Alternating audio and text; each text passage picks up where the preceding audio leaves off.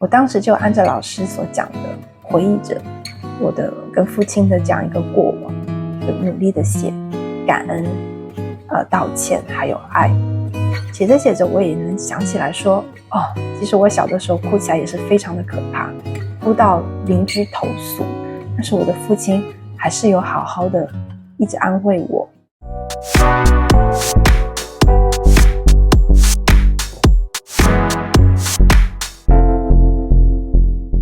Hello everyone, welcome to my channel. I'm Andrea. 大家好，这次影片呢，我想跟大家来分享一下我最近照顾我女儿的一段故事。在此之前呢，我想分享一个相当厉害的美国司法案例，是从G.B. 法官的一个畅销书中读来的，想必很多人也已经读过了。这就是非常有名的 Wilsonfield 案。故事发生在1970年代，是美国的一对夫妇，男主人公呢就是 Stephen。他和他的妻子呢是典型的男主内女主外的家庭，所以社会保障费用呢也是由妻子来负担。不幸的是呢，妻子在生产的过程当中去世了，只留下了儿子给 Stephen 照顾。那 Stephen 呢就要为自己和儿子向政府来申请社会保障福利金，可是他却不能为自己申请到。官方的理由是男人就是要自力更生。随后呢，他就找到了当时还是律师的 Ginsburg， 代表自己呢和类似的官夫提起诉讼，理由就是社会保障法中相关条款是存在性别歧视的。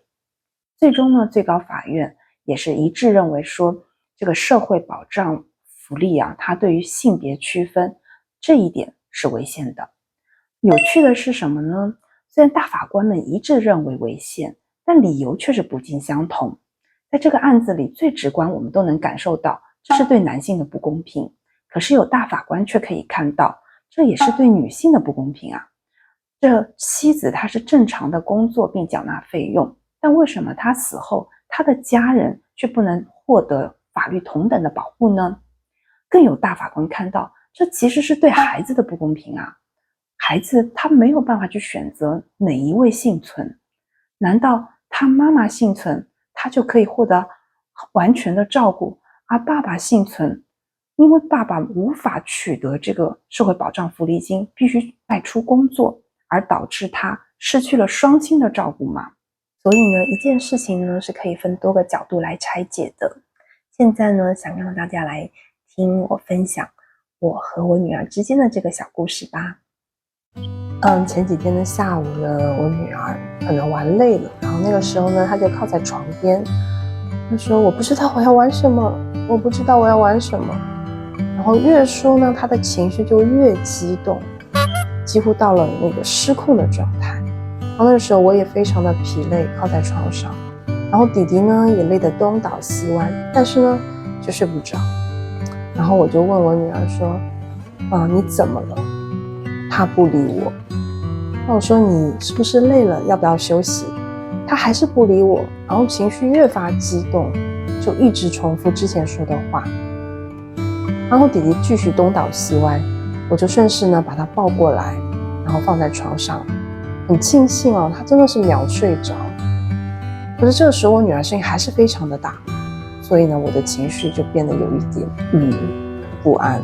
然后那个时候呢，我就很有一个冲动，想对我女儿大吼，就是告诉她你不知道玩什么你就不要玩了，你这么吵会吵到弟弟。可是呢，突然有个念头就制止我这么说。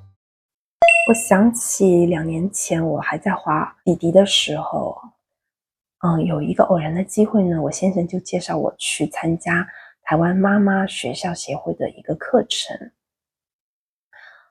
当时呢，我看到所有的志工还有讲师都穿着粉红色，教室呢也布置成粉红色。我拿到手的讲义还有这个收纳袋全都是粉色的。只要你可以想到的一切的事物都是粉红色的。像我这么爱蓝色的人来讲，当时完全被吓到。不过一直泡在这个粉红色的世界里，看久了志工还有讲师的这个笑容以后，我的心中竟然也开始冒出粉红色的泡泡来。而且当时呢，志工知道我怀有身孕，他已经提前为我准备好了靠枕。这一点让我非常的受宠若惊。我在协会呢学到了很多关于母亲还有妻子的角色的一些反思，比如说听与说，女性的听力呢更加灵敏，说话时大脑的讯息传递快，注意细节，而且可以一心多用。男性说话比较注重大方向，所以男生说话的内容侧重重点，且一次专注在一件事情上。了解双方本身的不同呢，就会懂得把握说话的时机。又因为男性较为独立，需要空间，需要个人安静的时间，所以呢，我不会在我先生在专注在某件事情上的时候呢，去谈论关于我的情绪类的事情，否则就是自讨没趣。那女性呢，就会需要陪伴，还有倾诉。男生呢，也需要安排一个固定的时间，来帮助自己的妻子，可以用言语的方式呢，把他心中的不满、不快乐可以宣泄出来。丈夫和妻子都可以学习对方的语言模式，帮助对方呢讲出他的情绪，这样才可以化解心理的压力。压力呢由潜意识转为意识，才不会一直积在里面，否则长期以往就容易发生一点就爆的情况。所以照顾小孩也是一样哦。在我3岁的女儿，她行为退化，快把我逼到崩溃的边缘当下，我就突然想到说，其实我女儿真的也还很小，她都不认识压力，更不要说去化解压力。那我就要快快的听，慢慢的说，慢慢的动怒。然后我也就化解一些我个人的情绪，用孩子的节奏呢跟他说话，来帮助他化解情绪。因为如果我继续用大人的方式和他硬碰硬，对孩子是不公平。可是突然之间有一个念头就制止我这么说，我开始克制自己的情绪。我说，那你想玩积木吗？不要。他开始回答我，那我说，那你想玩摇摇马吗？不要。哦，天哪。然后我就想，至少他可以回答我，所以我就继续问他，我说，那你想看书吗？不要。我突然就想起来，也许他会想要玩水，所以我就说，那你想玩水吗？我想玩水。太棒了。然后我就觉得终于有办法了，然后就把他马上带到厕所，然后给他玩水。那个时候我真的还蛮感慨的，因为我发现跟小孩子相处真的非常需要耐心，也有很多需要操练的地方，比我想做一个亲爱型的妈妈好像又更近了一步。我有能力做一个亲爱型的妈妈吗？在我老公还是我男朋友的时候，他常常夸我可爱，我也自认为我自己是有耐心然后又温柔的一个人。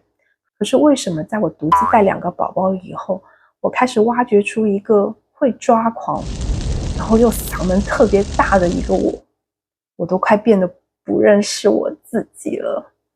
我的自我形象是什么呢？我想到老师所教的深挖自我形象的根源，原来那里藏着一个秘密。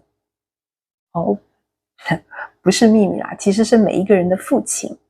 每个人的父亲在自己的生命当中扮演着无可取代的角色。一个跟父亲有良好互动的孩子，他的自我形象认知偏差就不会很大。所以我们的自我形象是否健康与我们的父亲有关系哦。那作为孩子的妈妈，我们或许会经历与先生的争吵，甚至关系的破裂，但是我们仍要从孩子的立场看到，他是如此需要正面经历与父亲的关系。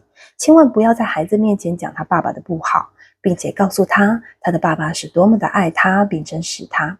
按老师的话说，这就是为孩子开一条活路哦。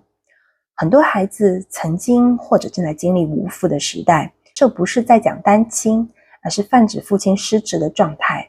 所以孩子的爸爸们和孩子们相处的时候，记得要全神贯注哦。少了和孩子的真实互动，很可能会在孩子的成长少了正面的影响力哦。在妈妈学校协会第1堂课结束的时候呢，老师就布置我们一个作业，就是让我们亲手写一封信给我们的父亲，而且还专门告诉我们说，你们必须把地址写正确，因为他们会真正寄出。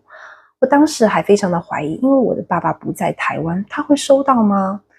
紧接着我们的讲师就告诉我们，你们的信只能写3个方面：感恩、道歉以及爱。我当时就按照老师所讲的，回忆着我的跟父亲的这样一个过往，就努力的写感恩、道歉还有爱。写着写着，我也能想起来说，其实我小的时候哭起来也是非常的可怕，哭到邻居投诉，但是我的父亲还是有好好的一直安慰我。后来证明妈妈学校是认真的，因为1个月后，我的爸爸真的收到了我的来信，他十分的喜出望外。在我们视讯过程当中，我能够感受出他看完我的信，他的心里十分得安慰，就仿佛说他如果没有读过我这封信，他不能确定我爱他像他爱我那么深一样。我想到，如果在我孩子哭闹的时候，还是用大人的方式跟他硬碰硬，其实对我父亲也是不公平的，因为他留给我的形象不是这样的。那天呢，我早早的就是把女儿放在澡盆里面，然后让她玩水，也给她洗澡。果然玩了水以后呢，她的情绪就平复很多。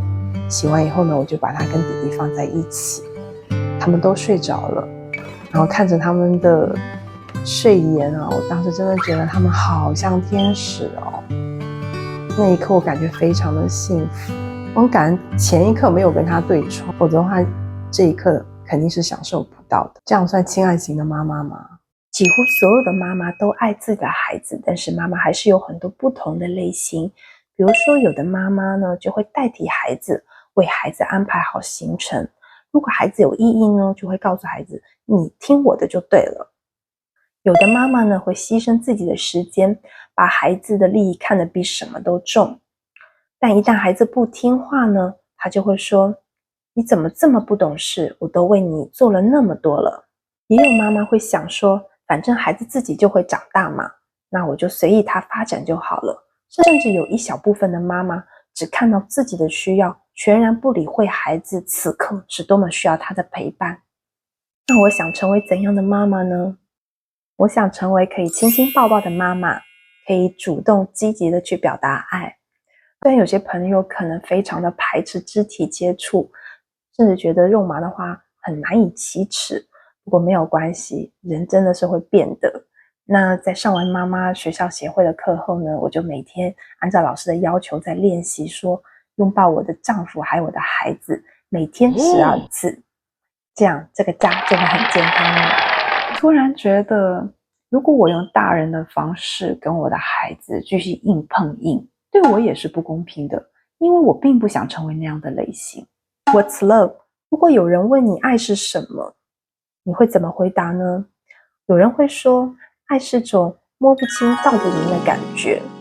如果我现在只有10几岁，而且正在谈恋爱，我当然喜欢这种自然而然散发出来的荷尔蒙。可是在经历了婚姻的酸甜苦辣以后，这种定义在我看来就是对感情的一种捉摸不定的怀疑。我忘记具体是在哪一本书上看到这样一句话，就是在你最累的时候，起来服侍你身边的这个人。我当时看到这句话，真的觉得作者实在是太刻薄了，心里只有一个想法，就是莫名其妙。可是在接下来的生活当中，我越发体会到这句话真实的意思。它其实是在提醒我，爱是需要实际行动，而且这个过程其实可能并不是这么享受的一件事情。如果大家喜欢婚姻亲子类的话题，我也很乐意在之后的影片中继续跟大家来分享我的所见所学所闻。